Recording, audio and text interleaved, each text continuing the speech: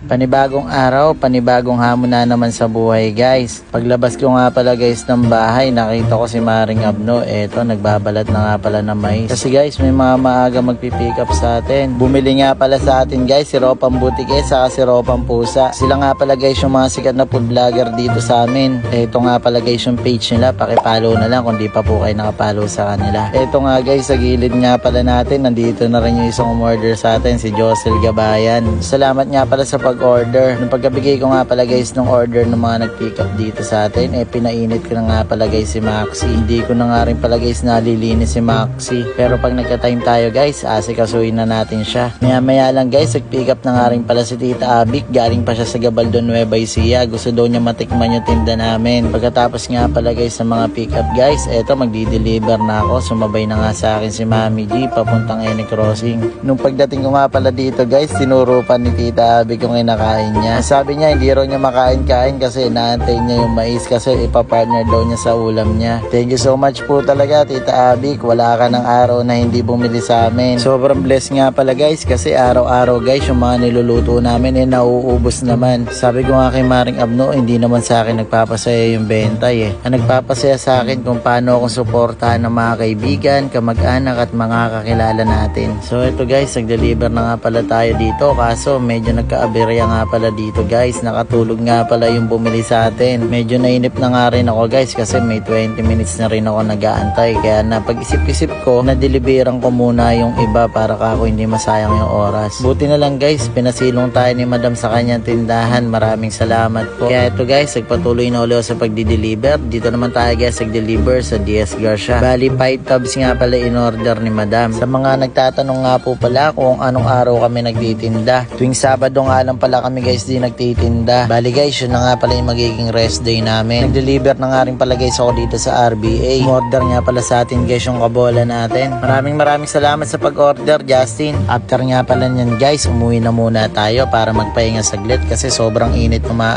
araw na to. Maya lang guys, nag-chat na nga pala sa atin si Sir habang nagpapahinga tayo. Ang sabi nga pala niya guys, nakatulog siya. Humingi nga rin pala si Sir ng sorry sa atin kasi di nga raw niya alam na nandun na tayo. Magdadagdag na nga lang daw pala siya guys sa delivery fee. Kaya guys, nung dumating ako, andito na agad si Sir. Siya pala guys yung may-ari ng basketball court dito sa harap ng bahay niya. Yan ako na ng mga 50. Kapatid ka rin pala, ano? Opo. Thank you po. Maraming salamat.